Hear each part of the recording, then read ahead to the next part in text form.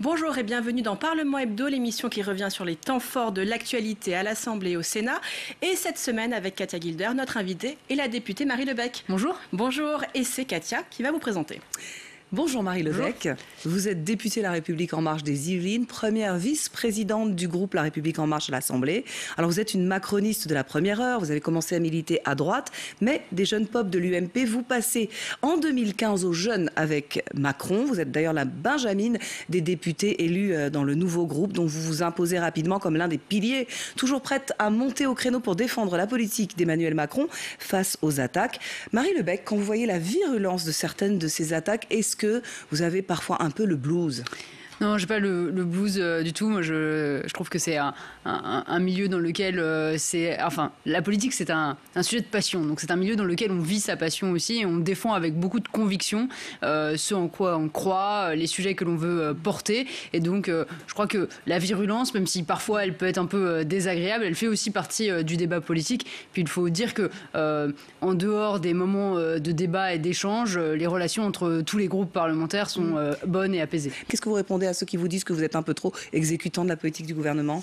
Non, je crois qu'on a beaucoup évolué dans la façon d'appréhender notre mandat. On avait beaucoup de primo-entrants en politique, dirons-nous. Et donc, on a aussi appris cette relation entre l'exécutif et la majorité. Et je crois qu'on a su incarner un certain nombre de batailles au sein du Parlement. Et puis, on a traversé aussi ensemble des crises qui a renforcé le lien entre l'exécutif et la majorité. Et puis, parfois, il faut admettre qu'on est peut-être un peu plus dans un temps exécutif, comme là, dans le cadre de cette crise sanitaire, et que peut-être le Parlement s'efface un petit peu devant la prééminence de l'exécutif, mais l'important, c'est cette balance qu'on arrive à créer. On a vu parfois plus de débats dans les groupes, la majorité plus partagée. Qu'est-ce que vous vous dites?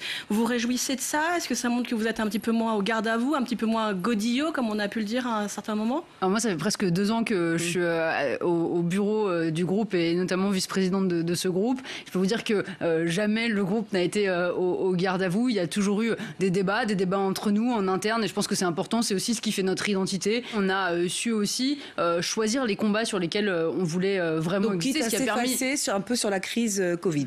Mais je crois que c'est un temps exécutif et c'est légitime que le Parlement s'efface. On a su être au rendez-vous quand c'était nécessaire, quand il a fallu voter des projets de loi de finances rectificatifs pour venir faire des mesures de soutien pour nos entreprises, mais aussi pour des particuliers. Donc on sait être là, mais il faut accepter aussi que cette crise, elle ne peut pas être gérée par 500 députés, mais il doit y avoir un cap très clair qui ne peut être que fixé par l'exécutif. Allez, tout de suite, on va dérouler les titres de cette émission.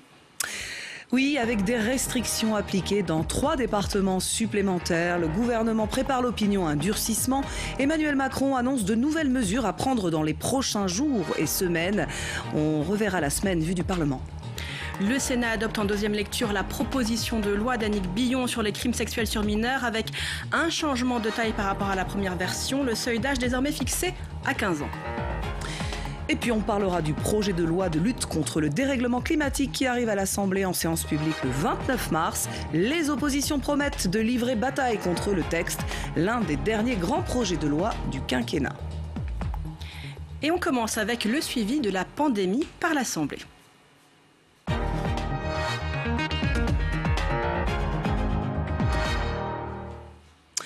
Et semaine toujours difficile pour le gouvernement, contraint d'annoncer de nouvelles restrictions tout en laissant les écoles ouvertes.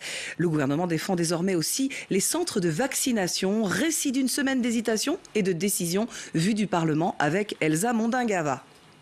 Confinement, attestation, vaccination, les oppositions n'ont pas manqué de critiquer l'exécutif sur sa gestion de la crise sanitaire. Et finalement, après un confinement, un déconfinement, un reconfinement, un redéconfinement, un couvre-feu à 19h, un couvre-feu à 18h, nous voilà avec un confinement territorial partiellement déconfiné et un couvre-feu à 19h avec attestation de sortie, mais finalement sans, mais finalement si. Alors le gouvernement tente de préciser sa stratégie en annonçant tout d'abord la montée en puissance de la vaccination, avec la création notamment de 35 vaccinodromes dans les tout prochains jours. Il n'y a jamais eu de religion anti-vaccinodrome. Le principe, c'était celui de ne pas sacrifier la proximité sur l'autel de l'efficacité. Nous sommes bientôt à 1500 centres sur tout le territoire national, permettant aux personnes de faire un minimum de trajets pour pouvoir être vaccinées. Et parce que les livraisons vont augmenter massivement à partir de dans 10 jours, eh bien nous allons en plus de cela déployer des grands centres de vaccination capables de vacciner plusieurs milliers de personnes par jour. Il y a aussi l'épineuse question de l'ouverture des écoles où les cas se multiplient. Le ministre de l'Éducation nationale est revenu sur l'annonce du président de la République, l'accès à la vaccination pour les professeurs dans le courant du mois d'avril. Il était normal d'aller des personnes les plus vulnérables jusqu'aux personnes les moins vulnérables.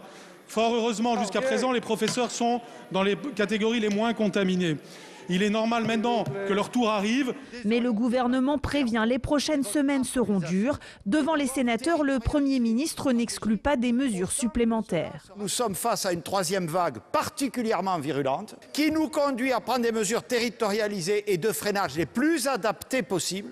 Mais oui, monsieur le sénateur, que nous pourrions être conduits à durcir en fonction de l'évolution de la pandémie.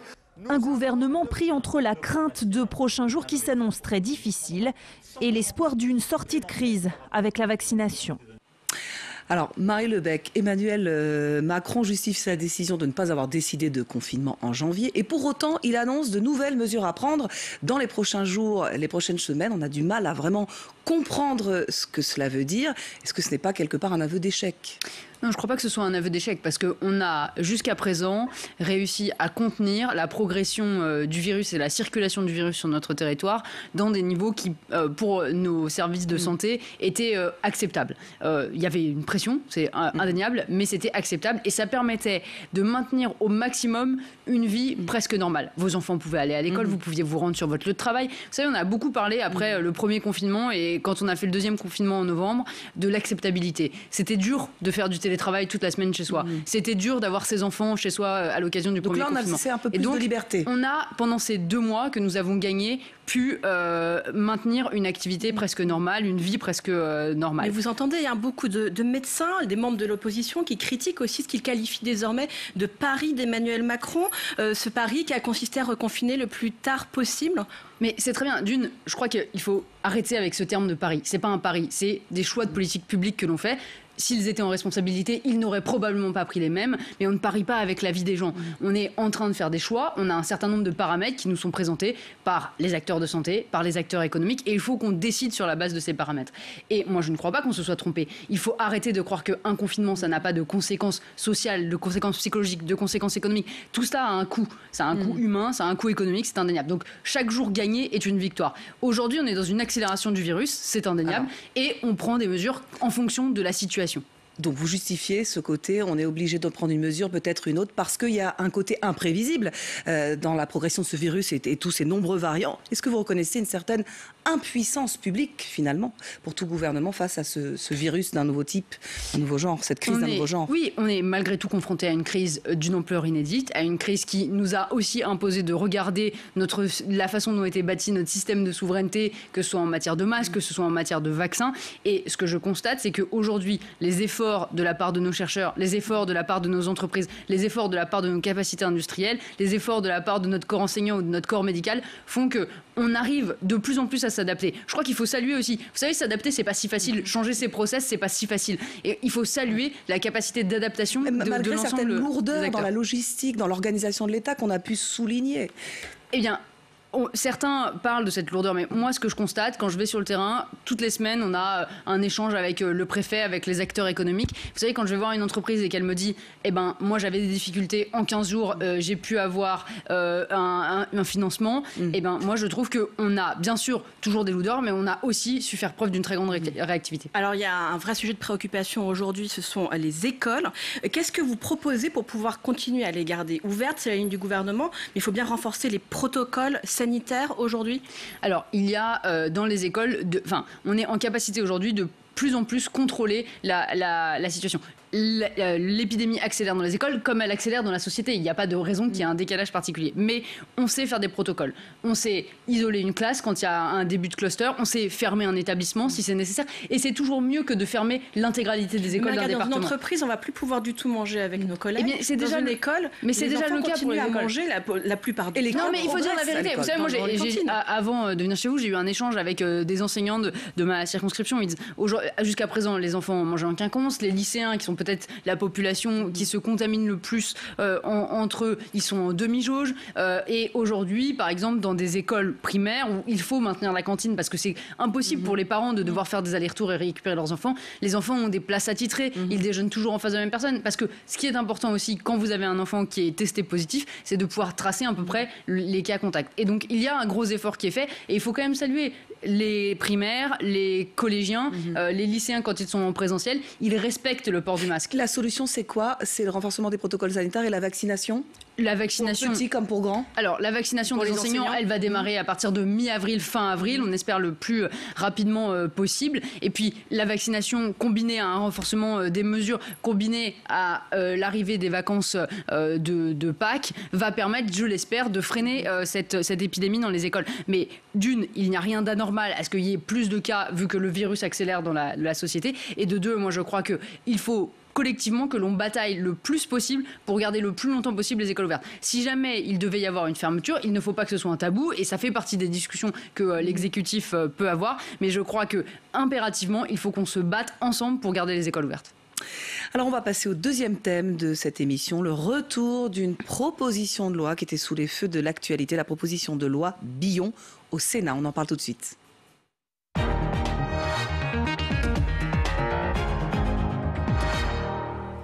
Le Parlement a mis le turbo sur ce texte qui entend mieux lutter contre les crimes sexuels sur mineurs. La proposition de loi a été largement modifiée à l'Assemblée. Seuil d'âge fixé à 15 ans, 18 ans en cas d'inceste. Jeudi, le Sénat a largement approuvé cette nouvelle version et apporté des modifications assez marginales. Cécile Sixou. Sa loi a été largement modifiée par les députés, mais pour la sénatrice Annick Billon, peu importe, l'Assemblée nationale a poursuivi le même objectif qu'elle, protéger les mineurs des crimes sexuels. Ce texte apporte des avancées majeures et attendues car il entérine un virage décisif dans la manière d'appréhender les violences sexuelles sur mineurs. À présent, un enfant ne sera plus jamais considéré comme complice ou complaisant vis-à-vis des actes sexuels qu'un adulte commet sur lui. Seuil de non-consentement à 15 ans au lieu de 13 ans, définition d'un viol incestueux, allongement des délais de prescription des viols sur mineurs. L'Assemblée nationale a ajouté beaucoup de mesures qui avaient été proposées par les sénateurs socialistes en première lecture. La sénatrice Marie-Pierre de La Gontrie regrette qu'elles aient été refusées à ce moment-là. Le 21 janvier, nous avons proposé le seuil d'âge à 15 ans, rejeté. Nous avons proposé l'inceste interdit à 18 ans, rejeté.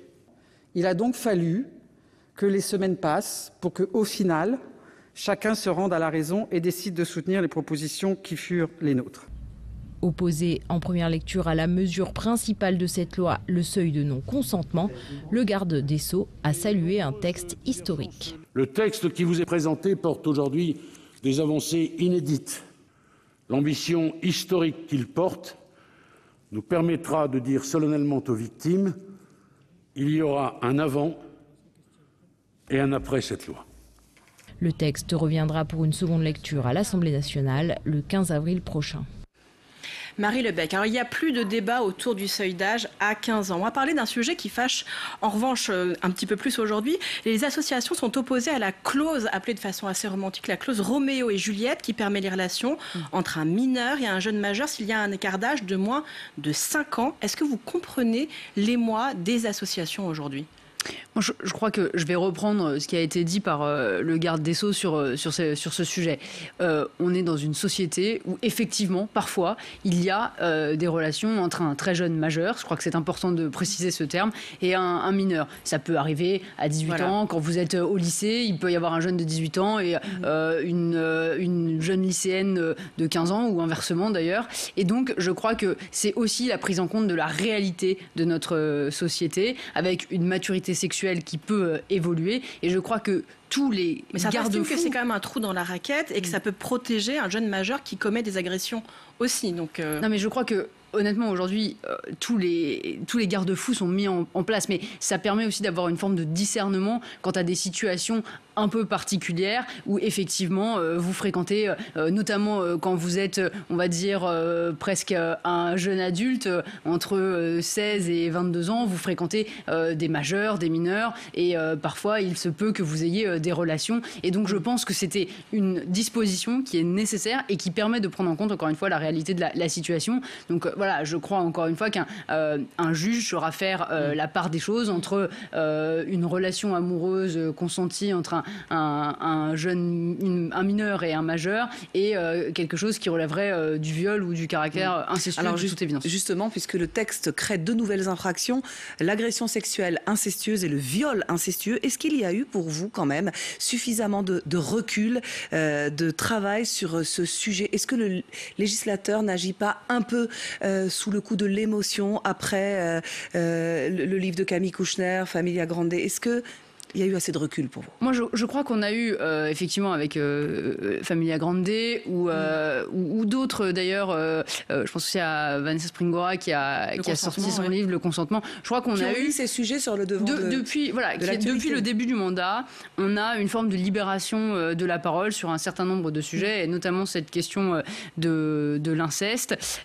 Et je crois que, effectivement, depuis longtemps, on sait que c'est un sujet qui existe en France et pour lequel on n'a pas totalement les outils juridiques nécessaires pour accompagner les mineurs et ensuite, quand ils deviennent majeurs, pour la libération de la parole et la prise en charge finalement de la plainte qui peut être déposée. Ce que je trouve très intéressant avec ce texte, c'est que finalement, oui, c'est un texte pour lequel on va vite, mais c'est aussi la prise en compte de cette nécessaire évolution de notre système judiciaire pour mieux protéger les victimes. Mais justement, est-ce que ça va assez loin? Parce que, par exemple, sur le cas de l'inceste, les frères, sœurs, oncles et tantes ne sont pas pris en compte dans les infractions.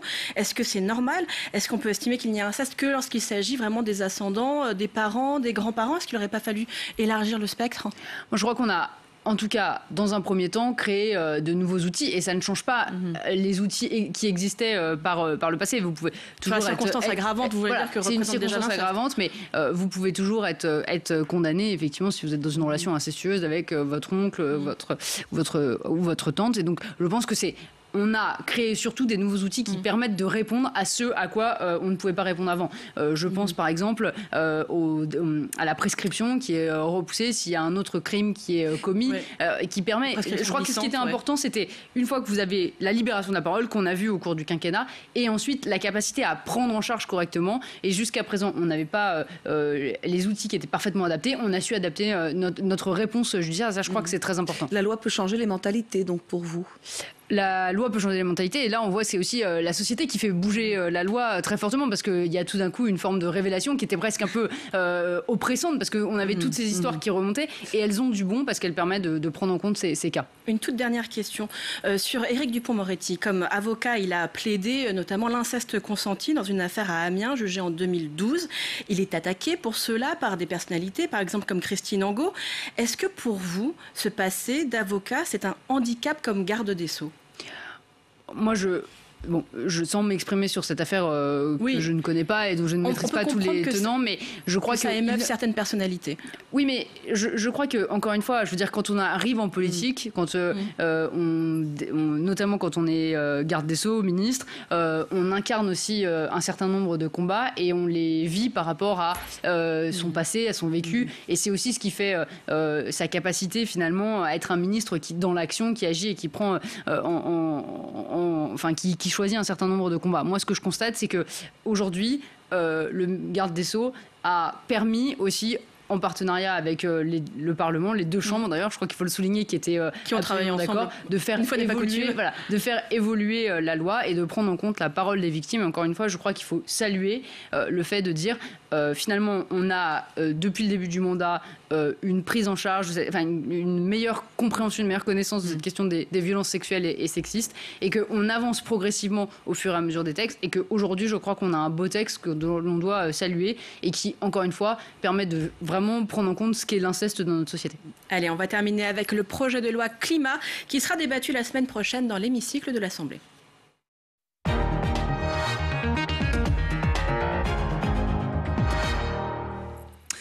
Et c'est le dernier grand texte du quinquennat. Il arrive en séance à l'Assemblée lundi.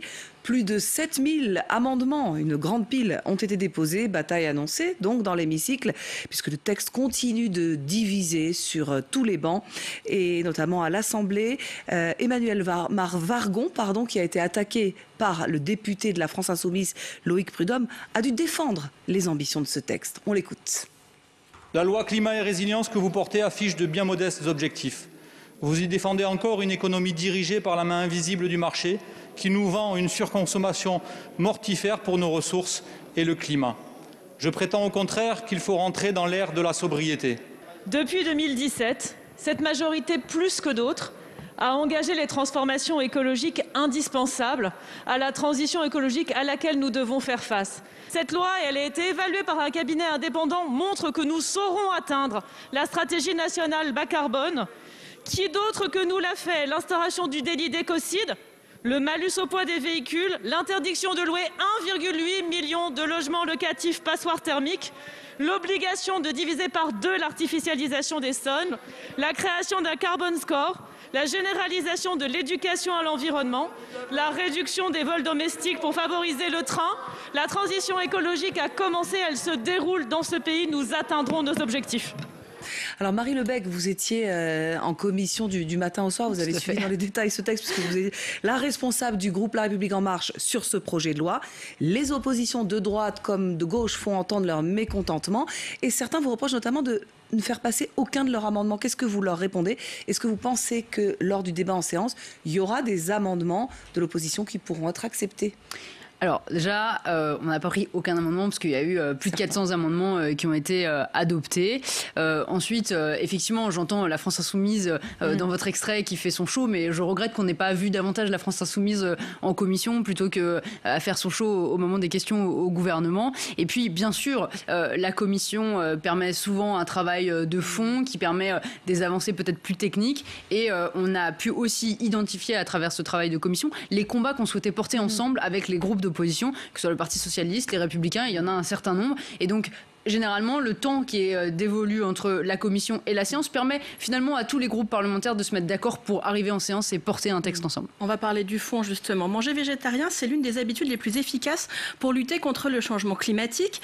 Alors pourquoi la majorité est-elle réticente à instaurer une option végétarienne dans les cantines de façon obligatoire? Alors, on n'est pas du tout opposé à instaurer une option végétarienne. On attendait les résultats de l'expérimentation de la loi agriculture-alimentation qui nous ont été présentés là dans l'entre-période, on va dire, de la commission et de la séance, et qui devrait permettre, in fine, de proposer effectivement une option hebdomadaire végétarienne dans les menus scolaires. Ensuite, on a la possibilité... quand même une obligation pour vous, pour les cantines, ou est-ce qu'il faut que ça reste une expérimentation dans les territoires? Alors, il va y avoir la transformation de l'expérimentation des Galim en obligation, avec donc un menu hebdomadaire végétarien, et puis ensuite, il y aura cette expérimentation portée à l'article 59 qui permettra de faire notamment une option végétarienne quotidienne dans certaines cantines. Mais il faut dire 2 choses. Les collectivités sont très en avance sur ce sujet. Beaucoup font déjà davantage de bio, davantage de local et davantage de végétarien parce qu'elles le souhaitent, parce que c'est une demande aussi des familles. Et il faut quand même dire quelque chose. Moi, j'entends ça dépend des collectivités. Oui, mais dans les cantines, il faut reconnaître, les enfants mangent de manière très équilibrée parce qu'il y a les menus sont très encadrés et qu'il y a une vraie concertation avec les familles, avec des diététiciennes, etc. Et puis ensuite, je crois qu'il faut, dans l'article 59, on donne cette possibilité d'expérimenter, mais il faut prendre en compte aussi que certaines collectivités, je pense notamment à celles qui font dans les écoles primaires où il y a souvent qu'un seul menu qui est proposé, elles n'ont pas forcément les moyens d'avoir une double option et donc il faut trouver les bons équilibres. Là, c'était l'article 59 sur le menu végétarien. Parlons juste de l'article 4 du projet de loi qui vise à interdire la publicité sur les énergies fossiles, et pour autant, la publicité sur les véhicules les plus polluants n'est pas interdite. Est-ce que vous n'êtes pas allé jusqu'au bout finalement? Est-ce que ça va servir à quelque chose d'interdire juste la publicité sur les énergies fossiles? Alors, certains réclamaient plus de restrictions. Alors déjà, cet article-là, il a fait, je vous l'accorde, l'objet de beaucoup de débats et même de débats en interne, ce qui prouvait les marges d'enrichissement qu'il pouvait y avoir. Ensuite, cet article 4, il ne peut pas être pris seul. Il doit être pris aussi avec l'article 5 qui fixe un peu les engagements volontaires que les filières devront prendre en matière d'amélioration de leur message publicitaire, et l'article 1 qui permettra in fine d'établir un éco-score. Et donc,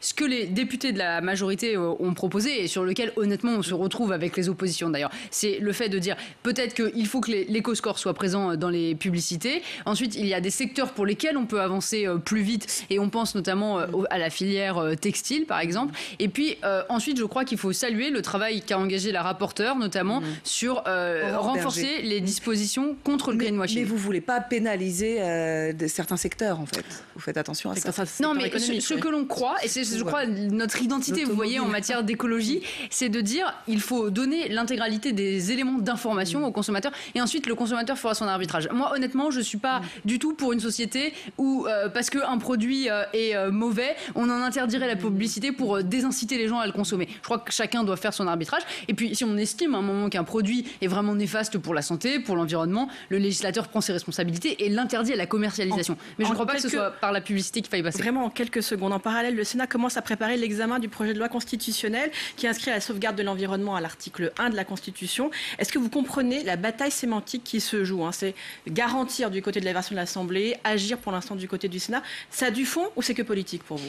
Non, je crois qu'il y a effectivement un enjeu majeur puisque ça donnera finalement quelle est l'obligation de l'État pour la préservation de l'environnement et la sémantique est à un degré d'importance. Mais je crois que quand on est sur des textes aussi fondamentaux, enfin des décisions sur notre Constitution qui sont aussi importantes, c'est important qu'il y ait un dialogue approfondi entre le Sénat et l'Assemblée. Donc laissons le Sénat débattre et ensuite il y aura une commission mixte paritaire qui permettra d'aboutir, j'espère, à un consensus. Eh bien, on suivra ça. Merci beaucoup Marie Lebec d'avoir été là. Invité de Parlement Hebdo. On se retrouve la semaine prochaine. Guillaume Gontard, président du groupe écologiste au Sénat, sera avec nous. Ciao, ciao.